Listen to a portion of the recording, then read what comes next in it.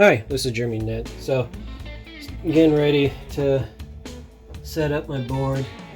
So, what I'm going to do is I'm going to be joining up lines 4, 3, 2, and the ground. So, what I got is I've taken a piece of scrap wire, I've tinned it, and I'm going to cut it down to real short lengths to be able to bridge those connections rather than just trying to run solder over the points. I'm going to use a bridging wire just to connect the 2 points. So I'm just going to trim this off really short. 1, 2, 3,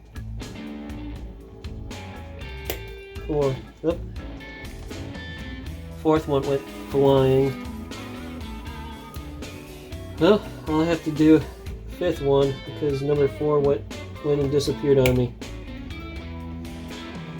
So, got those little pieces trimmed off, so I'm going to be using tweezers and setting these in place. So I'm going to set one right here.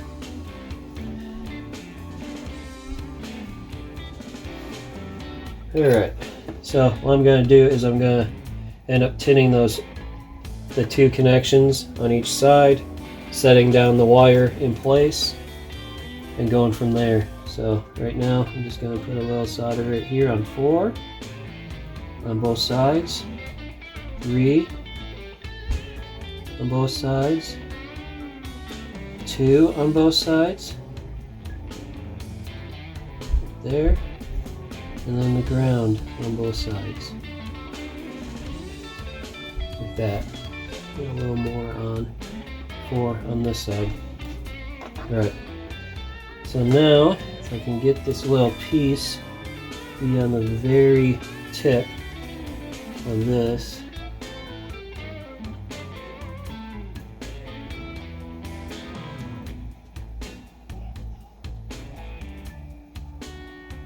So, what I'm intending to do is getting just this little connection to bridge it up right there.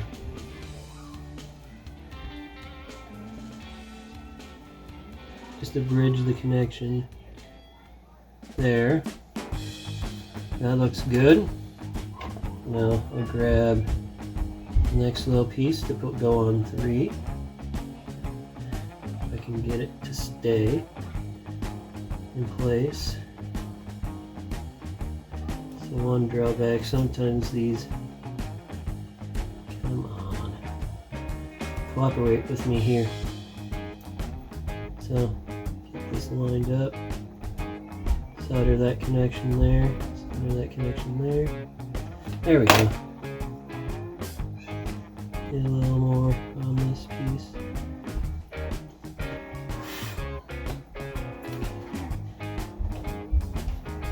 There we go. And then now I gotta get one on number 2.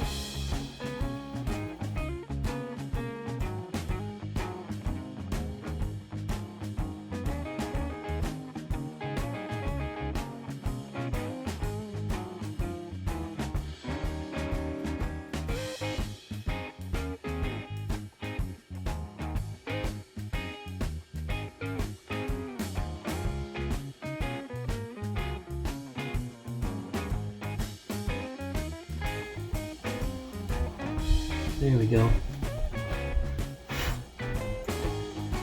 So right now that's really nice and clean, and then my last connection will be right there for the ground. This one's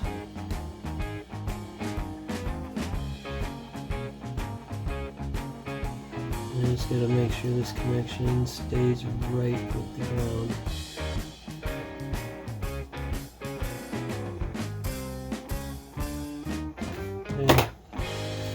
Add a little bit of solder to that just to make it a little cleaner looking.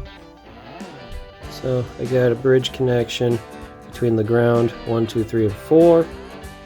So my lines running off of off the board are going to be C2 and C3 running to the Neopixel ground or negative.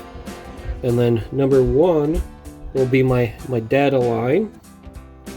And then VLED right there is going to be my positive line.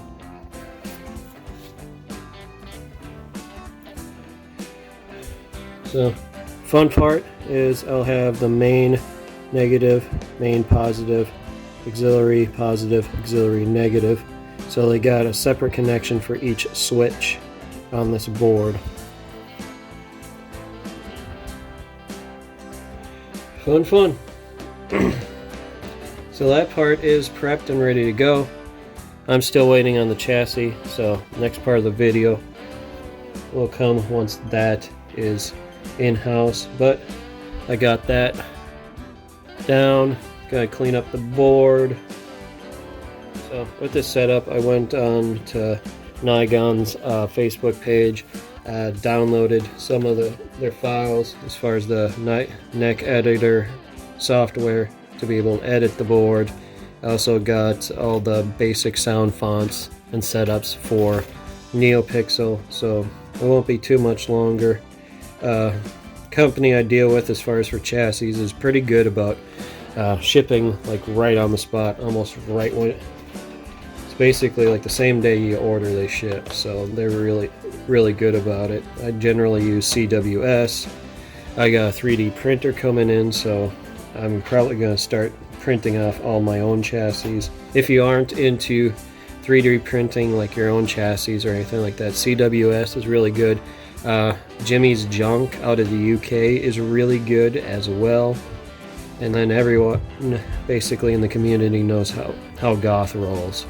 There's also Black Lion Sabers out of Texas that's really good as well.